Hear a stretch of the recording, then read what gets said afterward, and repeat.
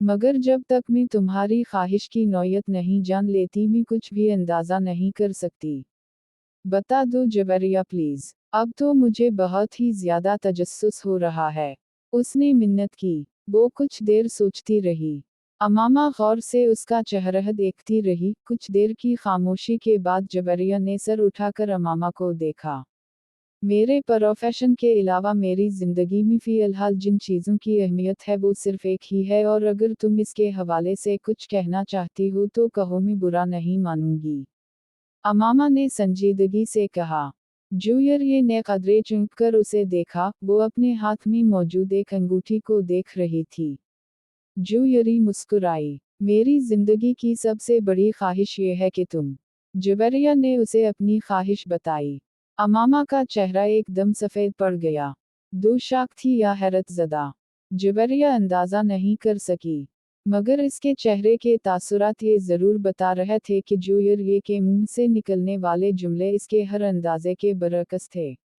मैंने तुमसे कहा था ना तुम बुरा मानोगी। जूयरिया ने जैसे सफाई पेश करने की कोशिश की मगर अमामा कुछ कहे बगैर उसे देखती रही। मईर हलका के बल चलाता हुआ दर्द से दोहरा हो गया। उसके दोनों हाथ अपने पीठ पर थे।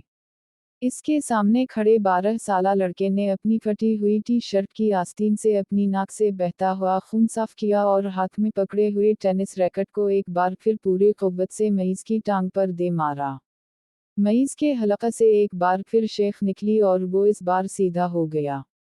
कुछ भी यकीनी के आलम में उसने महमूद से 2 साल छोटे भाई को देखा जो अब बगैर किसी लिहाज और मरूद के उसे इस रैकेट से पीट रहा था जो मईस कुछ देर पहले उसे पेटने के लिए लेकर आया था।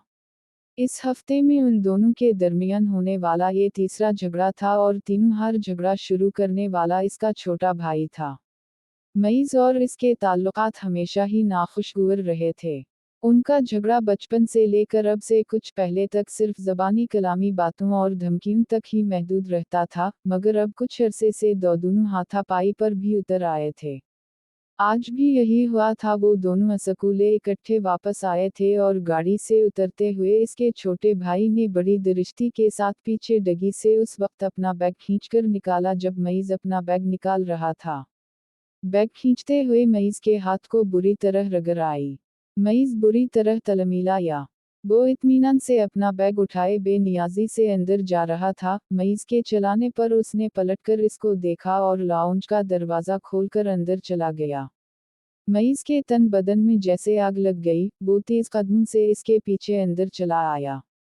गिरदू बारह, तुमने ऐसी हरकत की तो मैं तुम्हार रहा थे तोड़ दूंगा।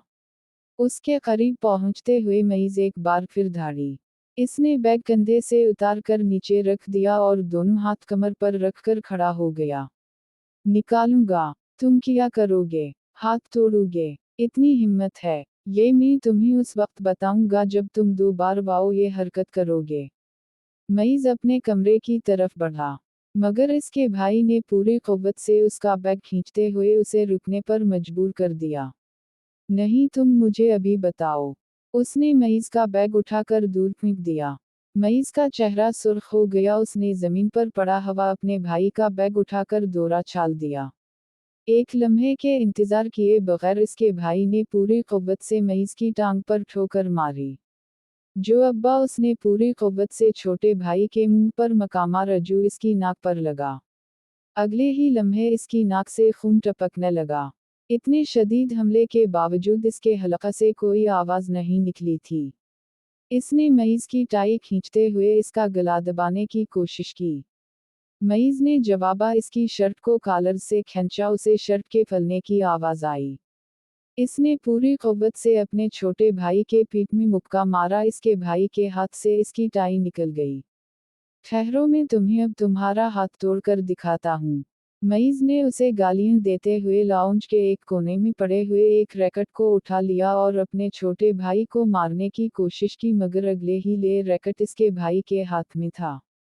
इसने पूरी कुव्वत से इस वीडियो के नेक्स्ट पार्ट के लिए इस वीडियो को लाइक, शेयर और सब्सक्राइब कर दें।